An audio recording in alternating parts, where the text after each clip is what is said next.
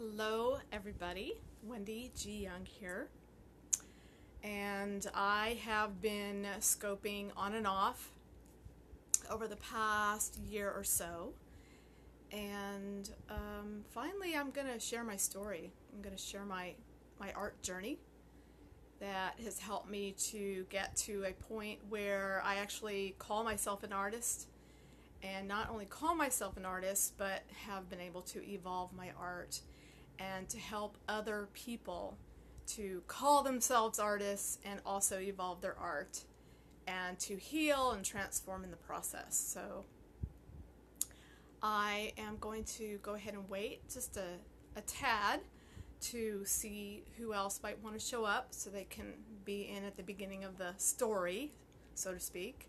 So if you are here or seeing this and you know somebody that you know is an artist, but they don't see it, they don't own it, they don't recognize it, they always say, no, I'm not an artist, so-and-so is an artist, feel free to share this broadcast with them, and then I'm going to get started.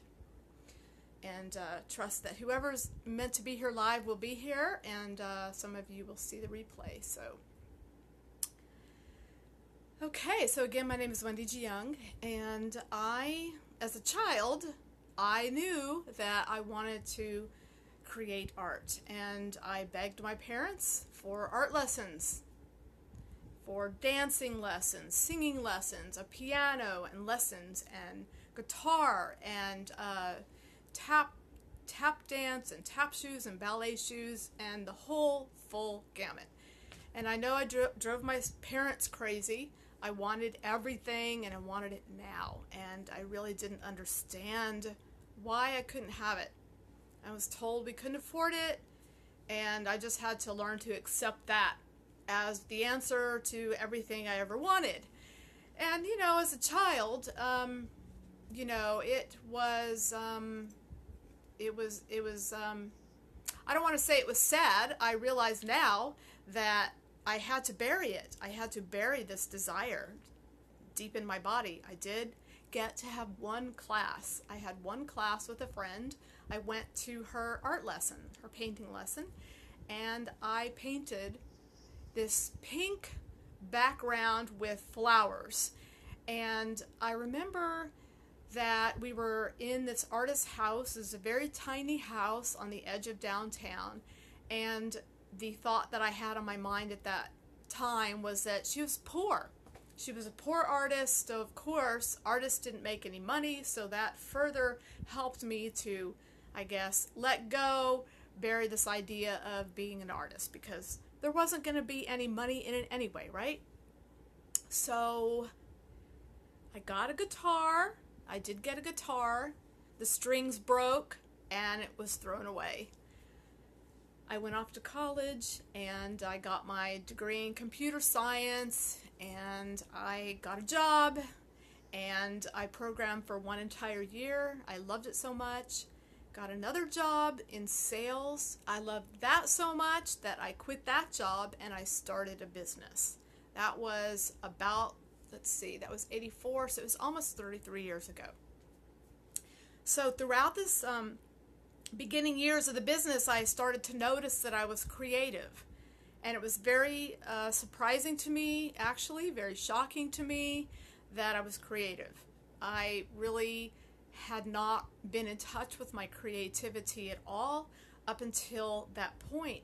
But being a business owner puts you into the I have to do this myself, I have to figure it out. And so I found myself creating all kinds of whatever was necessary. And one day I was sitting with my dad, and I said, Dad, I'm creative. Like, what? Can you believe it? And I remember my dad looking at me like, wow, how weird that is.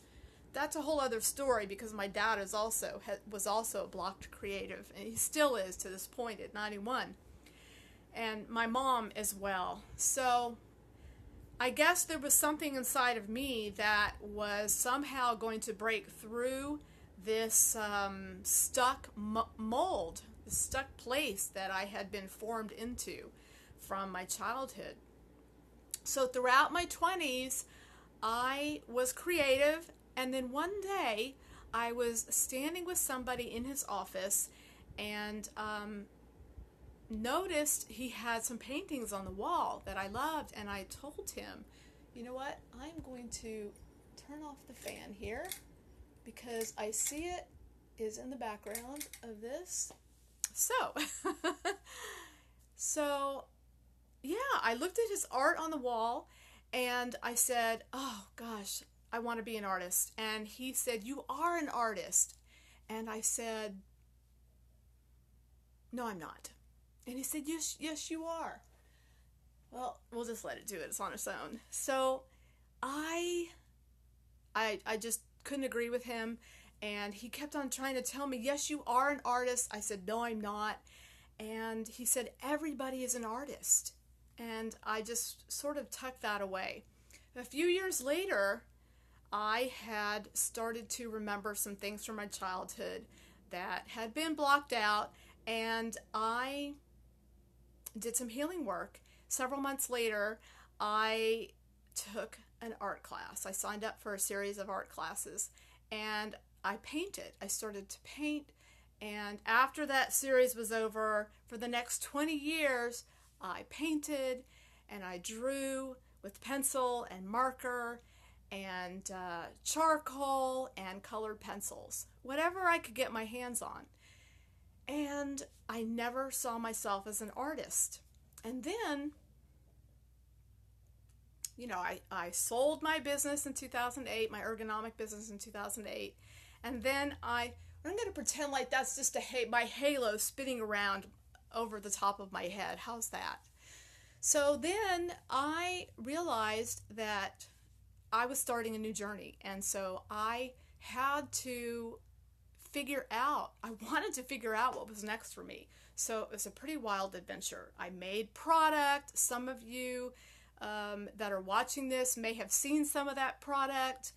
And something still was not fulfilling in me. I was being creative, but I wasn't being creative from an artistic point of view, at least in my mind, from a visual artistic point of view. So over the next several years, I did a lot of soul searching, and there was a huge amount of, I guess you could say, turmoil, trauma that I actually had to move through. I had to feel all that stuck grief and sadness from my childhood that wasn't allowing me to fully recognize that I'm an artist. And then it was 2011, I had actually let go of something, and it started a whole series of serendipitous events in my life that allowed me to release, let go, move through a lot of trauma that had entailed in my life. And so then I started taking a series of creative actions, and I had this very palpable shift that happened in my body, and I realized something had changed inside of me. I didn't know what it was, and about a month later, I sat there one day and I was able to see it. I was able to feel it. I was able to know, see, experience in every way that I'm an artist, a visual artist. So I picked up the phone and I called my graphic designer and I said, okay, I got it. Finally, I admit it. I own it. I am an artist. And she actually laughed because she knew it from the very first time that we'd ever talked on the phone a few years before that. And so she told me to draw. She told me to draw a sunflower so I could create my logo. And I did that. I drew for 2 weeks, creating a pretty thick file of artwork. And I took it everywhere I went. It was in pencil. I didn't sign any of it. And then one day, I realized that I didn't know where it was. And so I looked everywhere. I looked in my car. I looked in the garage. I looked in my office. I looked in every room of my house. And I went to Whole Foods, where I actually had done a lot of drawing. And I asked everybody there, everybody that worked there, well, that at least that I interacted with, that I knew, had they seen my art? Nobody saw my art. I still don't know what happened to my art. But what it did was it caused me to experience the release of more grief. I thought at the time it was a release of the grief of losing that folder of art. And then I realized really what it was helping me to release the grief and the sadness from the art that I didn't get to create as a child. I mean, think about it. From a very young age, I wanted to create art. I mean, that was like, please, please, please let me create art. That's all I wanted to do. But I had adult responsibilities as a child. There weren't any funds for me to take art. I forgot to tell you, did get a oil paint set. I did get an oil paint set, but I never got to use it. So here I was, releasing it. Finally, after decades, I finally was able to release this. Did that. A week or two later, I was inspired to sit down and start drawing again. And I started to draw mandalas. Some of you have seen my mandalas. Some of you have purchased my coloring book way back, like 5 years ago, 6 years ago. No, it was 5 years ago. And it was at the very beginning of drawing these mandalas, all of a sudden I had the inspiration to create the coloring book. So I drew for the next 2 to 3 weeks, and then by the end of the month had put the whole coloring book together. A few months later, I looked back. I kind of reflected on the entire experience, and I realized that I had walked myself through what I thought at the time were steps. They weren't really steps. There really were kind of stages of healing, and I call them pathways. And then I realized I could actually teach these pathways. I could actually systematize these pathways and help others to own their artists, to evolve their art, to heal, to go back and remove those energetic patterns that were keeping them from being creative with their art or whatever else it was that they were working on. So it took me at least a year, more than a year, to ground these concepts, to start to write blog posts and to start to teach them. So then I started to give some free sessions with people, and then I had a private client, a paid private client, and then I launched a group class and taught several people. That was started March of 2014. It was about the time that my mom had an emergency, and I took a couple of years off to take care of her. However, I kept on evolving my art during this time through drawing, and I kept on, hi Thomas, thank you for stopping in. I'm just telling you my art journey, a little bit of my art journey. So I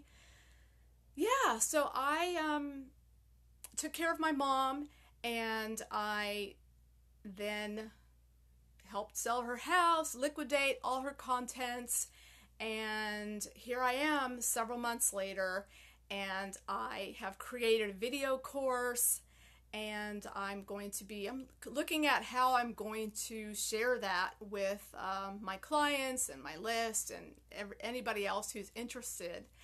And so basically what I do is I help people to do what I did. I walk you through the processes, I walk you through the pathways, and I help to kind of pull out those blocks, help to dissolve the blocks. So I'm here for you if that's what you would like to do.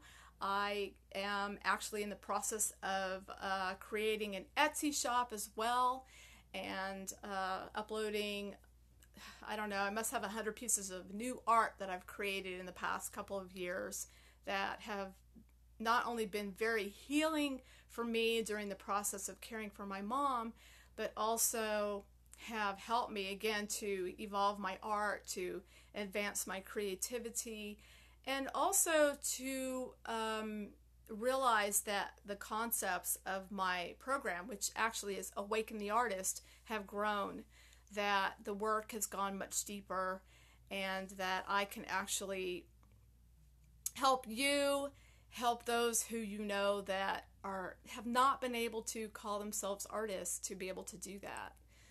So, with that, I'm going to let you to absorb that, and I will be back because I'm going to be sharing my pathways 1 through 7 and the processes. I'm going to start to thank you, Thomas. Thank you for sharing on Twitter.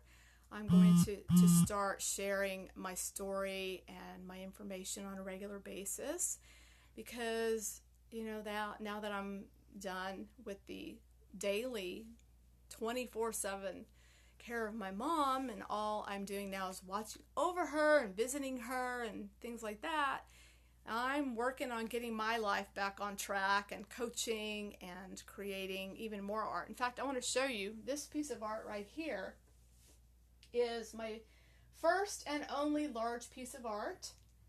Remember, I told you that I had, let's see if I can reposition that for you a little bit. Let's see. Yeah.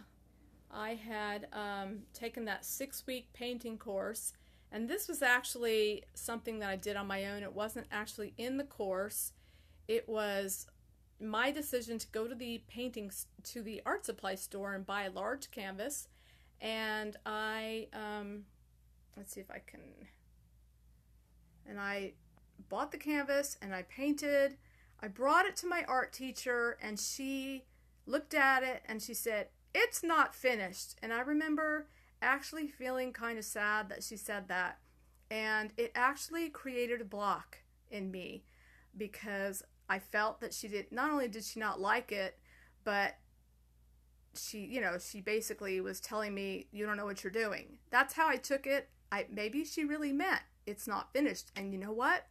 25 years later, yesterday, I realized that maybe she was right, and I'm actually going to add something to this painting. So I'm pretty sure I know what it's going to be. I'm just kind of working out the colors in my mind and exactly where I'm going to place it. So it's very interesting, the process, the art journey. And I would love to talk to you about your art journey if you are ready and willing. I love art. I love creativity. That's pretty much what I'm all about. But not just from the creation part of it, from the deeper, healing, transformative part of it. So, until next time, y'all have a really great day or morning or evening, wherever you are. Talk to you soon.